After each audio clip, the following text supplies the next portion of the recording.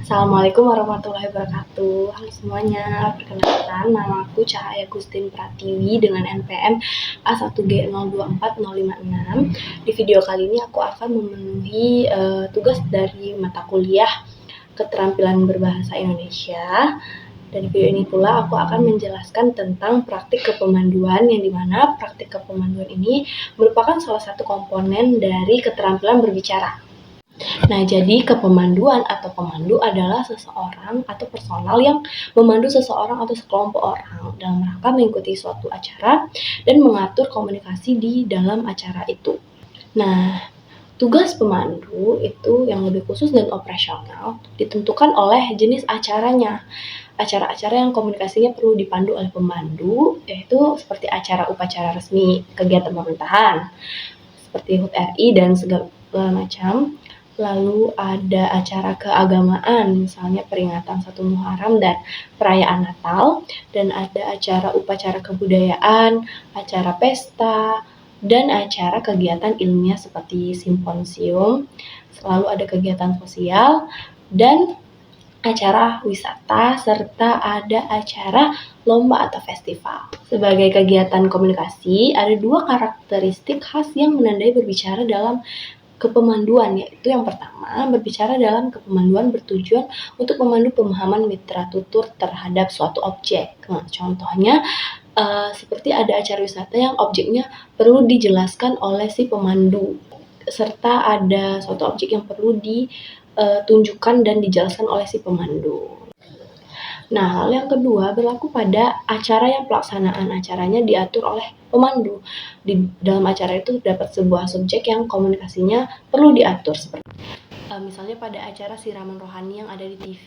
Di acara itu ada sebuah subjek seperti pemandu, narasumbernya, peserta, serta peserta luar televisi dan dalam televisinya yang perlu diatur komunikasinya oleh si pemandu ini.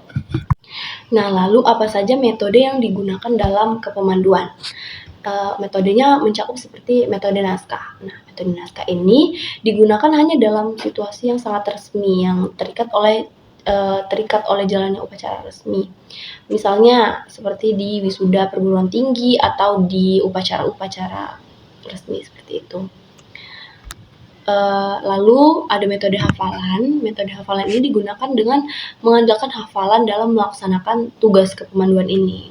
Jadi semua informasi yang ingin dituturkan itu dihafalkan untuk dituturkan. Lalu ada metode ekstemporan. Nah, metode ekstemporan ini dilaksanakan seorang pemandu dengan pegangan garis besar isi si pemandu itu. Pemandu hanya memegang secari kertas saja untuk melaksanakan kegiatan kepemanduan.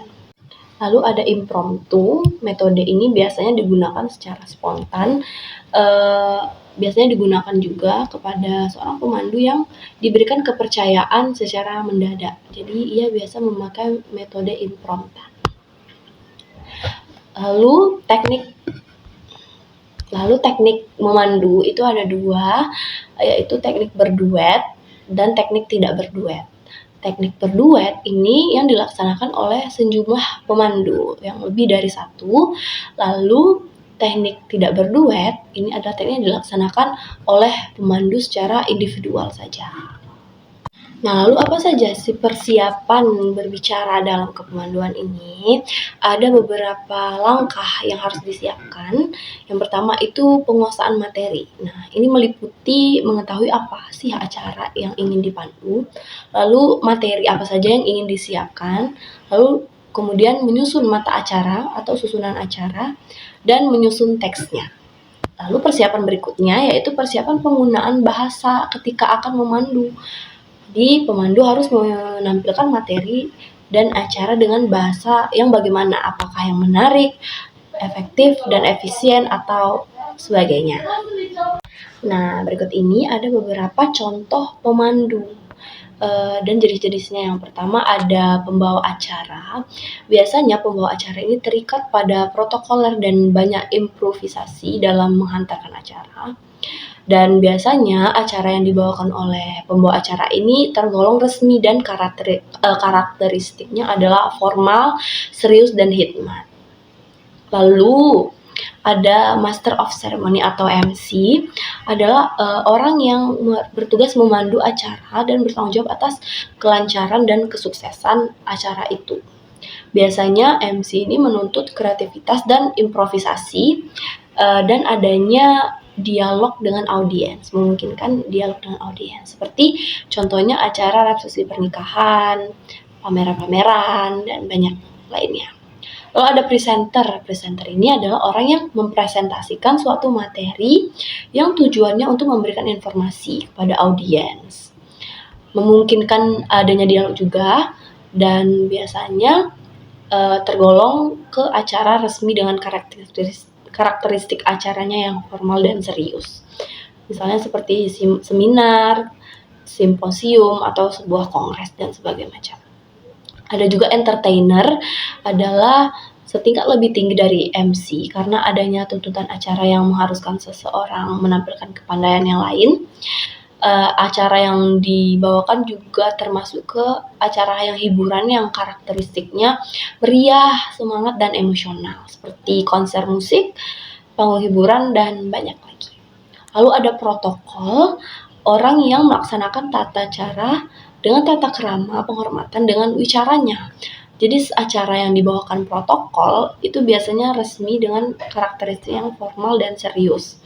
Contohnya protokol di acara kenegaraan seperti upacara bendera 17 Agustus dan peresmian gedung dan banyak lagi.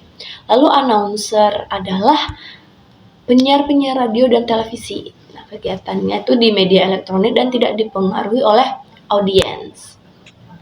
Lalu ada public speaker yang adalah orang yang berbicara di depan umum dan mereka juga bisa berbicara tanpa berhadapan langsung dengan audiensnya. Lalu ada moderator. Moderator ini adalah yang mengendalikan dan mengarahkan pusat pembicaraan dalam forum yang dianggap resmi, seperti seminar dan segala macam. Lalu kemudian ada jenis-jenis dari pemandu wisata. Nah, pemandu wisata ini hakikatnya adalah memberikan informasi dan bimbingan serta saran-saran kepada wisatawan. Tapi ada juga pemandu wisata yang memiliki tugas dan kegiatannya masing-masing setiap jenisnya. Yaitu yang pertama, ada tour guide atau walking guide yang merupakan pemandu wisata yang bertugas untuk memandu wisatawan dalam suatu tour. Lalu ada transfer guide, merupakan pemandu wisata yang kegiatannya menjemput wisatawan dari bandara, stasiun, pelabuhan menuju ke tempat wisatawan itu. Lalu ada driver guide yang merupakan pengemudi sekaligus berperan sebagai pemandu wisata. Lalu ada common guide yang merupakan pemandu wisata yang dapat melakukan kegiatan baik transfer maupun tour. Local atau expert guide yang merupakan pemandu wisata yang kegiatannya khusus memandu wisatawan pada suatu objek atau transaksi wisata-wisata yang tertentu. Seperti itu. Nah, itulah tadi materi tentang praktik kepemanduan dari saya. Lebih dan kurangnya saya mohon maaf. Semoga dapat dipahami. Wassalamualaikum warahmatullahi wabarakatuh.